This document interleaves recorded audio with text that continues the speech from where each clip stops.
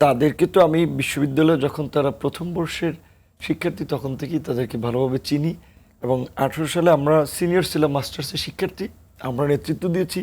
তারা সে সময় first year second ইয়ারের শিক্ষার্থী ছিল এবং সরাসরি আন্দোলনে তারা সে সময় সম্পৃক্ত ছিল। তো সে সময়ও ফেব্রুয়ারিতে আমরা শুরু করেছিলাম, অক্টোবরে প্রজ্ঞাপনের মাধ্যমে আন্দোলনটা শেষ হয়েছে। প্রায় 8 মাস এই দাবিতে আন্দোলন করতে গিয়ে আমরা অসংখ্যবার হামলার শিকার হয়েছি, সরকারের তখনকার সরকারের প্রতারণার শিকার হয়েছি যে প্রধানমন্ত্রী সংসদে ঘোষণা দিয়ে আবার প্রজ্ঞাপন জারি করে নেই, একটা সেটেল ইস্যুকে আবার আদালতের মাধ্যমে সামনে নিয়ে আসলো।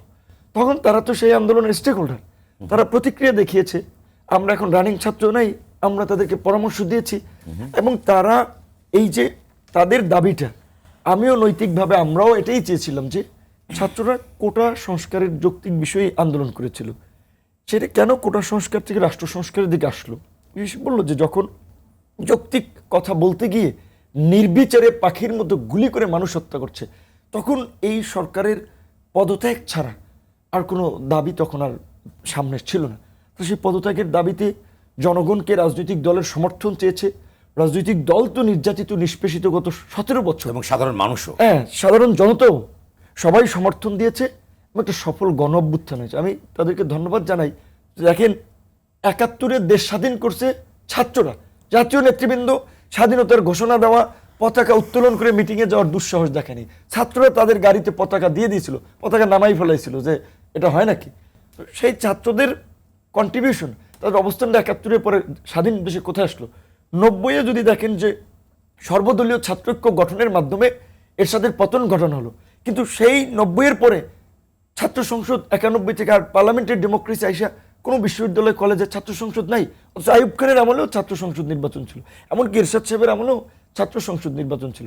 তো তারা যেই মূল পয়েন্টটা ধরেছে যে আমরা রক্ত দিলাম, প্রাণ দিলাম, কিন্তু আমরা যদি এই কর্তৃত্ববাদী রাষ্ট্রের, এই ফ্যাসিস্ট রাষ্ট্রের যদি চারিত্রিক বদল না ঘটাতে পারি, তাহলে এই বিপ্লব। চমৎকার কথা বলেছেন যে 90-এর গণ অভ্যুত্থান হয়েছিল, তখন ও যেটা বললো, যে স্বপ্নের কথা বললো সাইফ খান, সেটি হচ্ছে যে একটা ড্রিম দেখেছিল যারা সে সময় করেছিল। ছাত্র 3 জোটের রূপরেখা ছিল, অনেক বিষয় এখানে জড়িত ছিল। ফয়েজ আহমদের মতো ব্যক্তিত্ব ছিলেন, সে একটা অভূতপূর্ব। সালাম ভাই জানেন যে একটা বিরাট একটা সকলের ভিতরে সম্মানিত ছিল, কিন্তু সেটি কিন্তু সেই স্বপ্নটা কিন্তু আবার সে ভেঙে গেল। আপনি যেটা বললেন, আবার একটি ফ্যাসিস্ট ধারার ভিতরে, প্রক্রিয়ার ভিতরে কিন্তু টোটাল অপরাধ ব্যবস্থাটা চলে গেল। তাহলে ওদের যে স্বপ্ন, সেটা সকলেরই স্বপ্নই বর্তমান সরকারের। তো এইগুলো কিভাবে একটি দীর্ঘমেয়াদী ব্যবস্থায় রূপান্তরিত করা, এইবার এটা ভাঙবে না। কারণ হচ্ছে তারা বলছে যে আমরা অন্তর্বর্তী সরকার গঠন এবং তার কর্মপরিধি পরবর্তী নির্বাচনের প্রতি আমরা চোখ রাখবো এবং আমরা এই কাজে তরুণদের অংশগ্রহণ। এখনকার তরুণরা অনেক ম্যাচিউরড, তারা এই বিশ্বের সাথে তাল মিলিয়ে চিন্তা ভাবনা অনেক উন্নত। তো আমরা দেখেন যে আমি যেটা মনে করি যে আজকে আমরা যদি গণতান্ত্রিক মূল্যবোধকে বিকশিত করতে চাই, তাহলে কলেজ বিশ্ববিদ্যালয়ের ছাত্র সংসদ নির্বাচনগুলো দিতে হবে।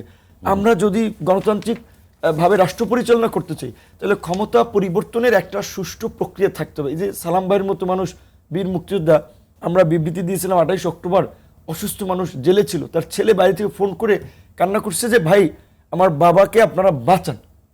তারা মুক্তিযুদ্ধ করে দেশ স্বাধীন করেছে, স্বাধীন দেশে রাজনীতি করে জেলে পয়সা মরার জন্য, কিন্তু তাদেরকে সেটা হতে হচ্ছে।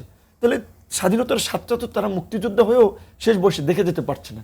তাহলে কেন গত 50 বছরে এই ক্ষমতা হস্তান্তরের একটা শান্তিপূর্ণ প্রক্রিয়া তৈরি হলো না? একটাতে ন্যূনতম ইস্যু ছিল কেয়ারটেকার গভর্নমেন্ট, সেটা এই সরকার ডিজলভ করে দিল। এখন আমি বিশেষ করে এই সময়ের বৃহৎ রাজনৈতিক দল বিএনপিকে একটা জিনিস ধন্যবাদ জানাই। আপনি যদি পড়ে থাকেন যে আমরা যে 42টি দল যারা যুগপৎ আন্দোলন করেছিলাম, তারা কিন্তু 31 দফা একটা রাষ্ট্র মেরামতের কর্মসূচি দিয়েছিলাম, যেটা বিএনপির কর্মসূচি না। বিএনপির মতো একটা লিবারেল পার্টি বা কিছুটা সেমি বুর্জোয়া বা বুর্জোয়া পার্টির ওইখানে আসা ডিফিকাল্ট ছিল যে 2বারের বেশি কেউ প্রধানমন্ত্রী থাকবে না। এটা বিএনপি ওন করেছে। এই জুডিশিয়ারির সংস্কার বিএনপি ওন করেছে। ডিজিটাল নিরাপত্তা আইনের মতো নিপীড়নমূলক আইন, বিশেষ ক্ষমতা আইন বাতিল করা, এই রকমের বেশ কিছু ধারা। এই যে যুগপৎ আন্দোলন করছে, বামপন্থী দল আছে, ডানপন্থী দল আছে, আমরা নিউ জেনারেশনের, আমরা একটা পলিটিক্যাল পার্টি করেছি, আমরা আছি, আমাদের সবার মতামত নিয়ে কিন্তু 31 দফা অলরেডি তাদের ড্রিম। আমি মনে করি ওখানে 31 দফার একটা লাইন তারা বাদ দিতে পারবে না, তারা 2-1টা লাইন অ্যাড করতে পারবে। মডার্ন তরুণরা, চিন্তা ভাবনা উন্নত, সো তাদের রাষ্ট্র মেরামতের কর্মসূচি অলরেডি দেওয়া আছে, কিন্তু এখন এই ইন্টারিম গভর্নমেন্ট ফর্ম হওয়ার পরে পরিস্থিতিটা কি হচ্ছে সেই দিকে আমাদের নজর রাখতে হবে। আর একটা মঈনুদ্দিন ফখরুদ্দিন মার্কা সরকার আবার যেন না হয়, ভারত নিয়ন্ত্রিত একটা কেয়ারটেকার হয়ে আবার যেন 2008 সালের মতো একটা সলসাতুরি নির্বাচনের মাধ্যমে কাউকে ক্ষমতায় নিয়ে না আসা হয়। এখানে জনগণের ভোটাধিকার স্থায়ী রূপ দিতে হবে, গণতন্ত্রের প্রাতিষ্ঠানিক রূপ দিতে হবে, রাষ্ট্র কাঠামোকে গণতান্ত্রিক করতে হবে, এবং এই নিপীড়নমূলক আইন, উপনিবেশিকমূলক আইন, এইটা একটা সংস্কার করতে হবে। সেই ক্ষেত্রে এই যে ইন্টারিম গভর্নমেন্ট ডক্টর ইউনূসের মতো ব্যক্তি এখন জীবনের শেষ প্রান্তে, তার বাংলাদেশের প্রধানমন্ত্রী হয়ে পাওয়ার কিছু নাই, তার মর্যাদা ওই লেভেলের চেয়ে অনেক উঁচুতে। কাজে তিনি যদি হন, আমার দৃঢ় বিশ্বাস তারা সঠিক মানুষকে চুজ করেছে, সব মানুষ সমর্থন করছে, তার নেতৃত্বে ইন্টারিম গভর্নমেন্ট হইলে দেশের ফাইন্যান্সিয়াল, ইনফ্রাস্ট্রাকচার, এডুকেশনাল বিভিন্ন সেক্টরে আমরা এগিয়ে যেতে পারবো। এবং আমরা আমাদের মতো তরুণ যারা বাইরে পড়াশোনা করছে, বাইরের গভর্নমেন্টকে পলিসি দিচ্ছে, তাদেরকে আহ্বান জানাবো এখন নিজ দেশের রাষ্ট্র পুনর্গঠন চলছে, এইখানে আপনারা মনোনিবেশ করুন। যাদের এতদিন যোগ্যতা, মেধা ছিল কিন্তু তারা নিয়োগ পান নাই, কারণ দল নাই, তাদের দলীয় লেজুর নেই, কিংবা লেজুর ভিত্তি পছন্দ করছেন না, তাদেরকে এখন দেশ নিয়ে ভাবতে হবে।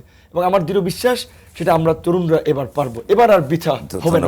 ধন্যবাদ নুরুল হক নুরু।